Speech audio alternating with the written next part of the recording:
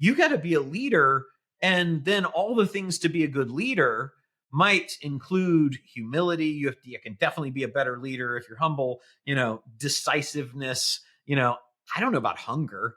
And I honestly don't know about smart, because like, I think those are nice to haves, but are you thinking strategically? Can you adapt to changing circumstances? Because so many companies that go under because they couldn't adapt. They couldn't pivot. They're not able to be agile. Hey, everybody, back with another episode, issue, and print edition of the Business Lunch Podcast with Ryan Dice on the other side, not speaking right now. Ryan, how you doing? I'm doing excellently. How about you? I'm doing fabulous, and I am Roland Frasier, your co-host.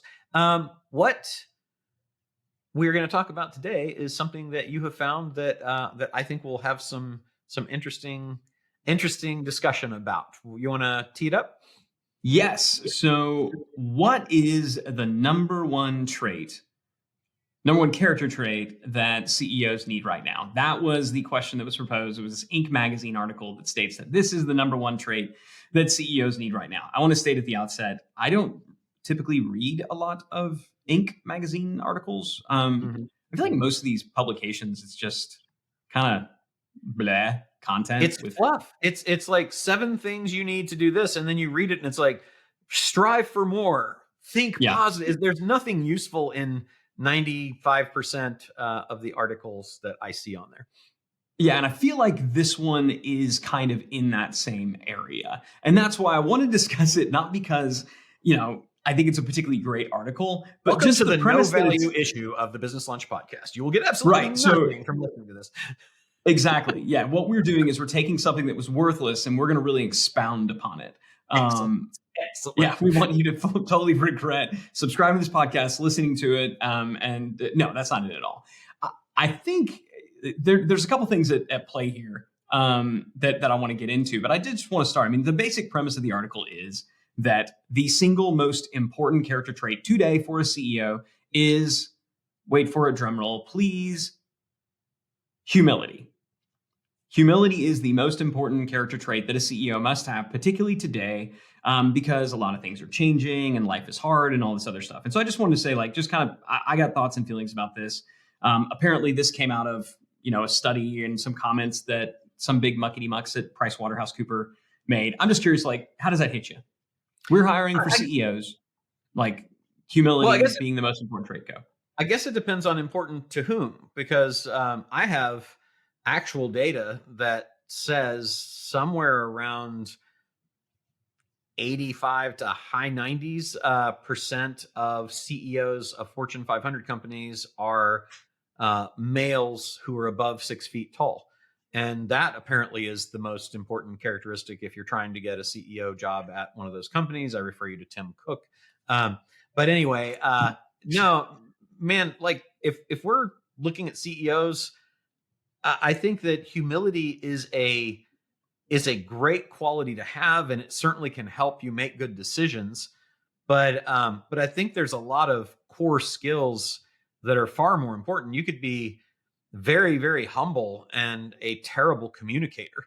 You could be very, very humble and terribly incompetent, or short-sighted, or difficult to get along with, or not listen to what other people have to say. I mean, and God forbid you also know how to run a company and have experience and history in the industry and taking a company of that size to whatever the next level is. So it's very, very nice to have and helpful, certainly, to be a better person and a better leader.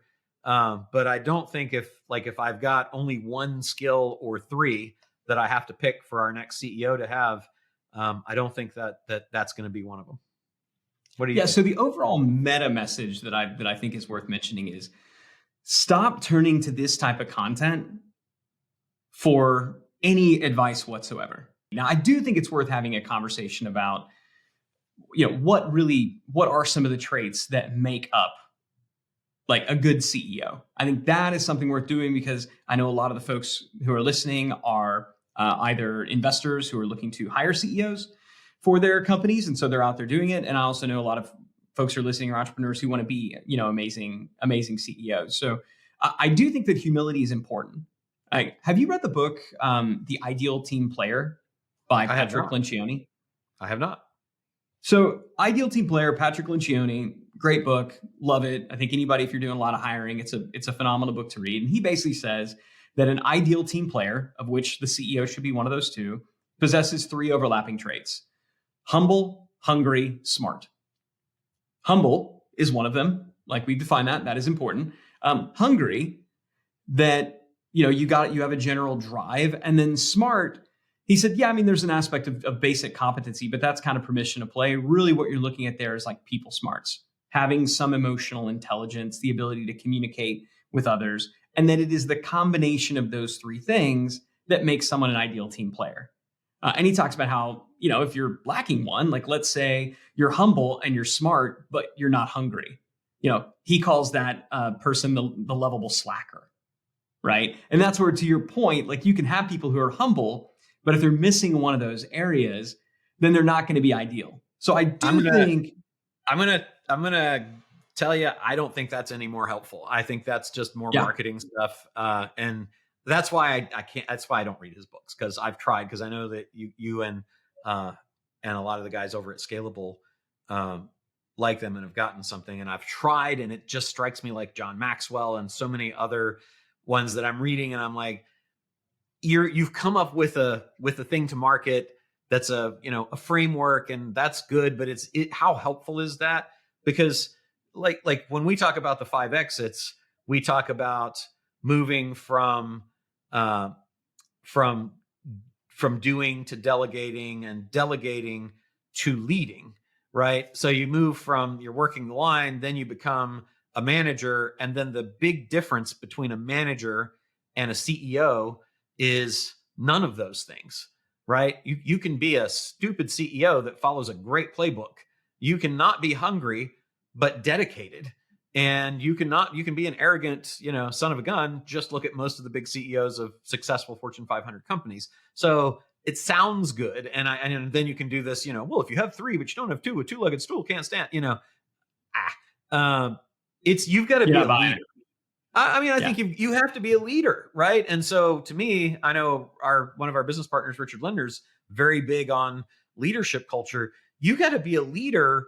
And then all the things to be a good leader might include humility. You can definitely be a better leader if you're humble, decisiveness, I don't know about hunger. And I honestly don't know about smart, because I think those are nice to haves, but are you thinking strategically? Can you adapt to changing circumstances? Because so many companies that go under because they couldn't adapt. They couldn't pivot. They're not able to be agile. They're not able to make decisions, even certainly not the hard ones. I love Steve Jobs kept getting hit with, but if we release the iPhone and we put on the iPhone, the iPod things, we're going to cannibalize the market for our iPod. So we should not release the iPhone, and he's like, screw that. We should always be cannibalizing ourselves. We should always be ever improving. And he made the hard decisions, and he was an arrogant son of a gun.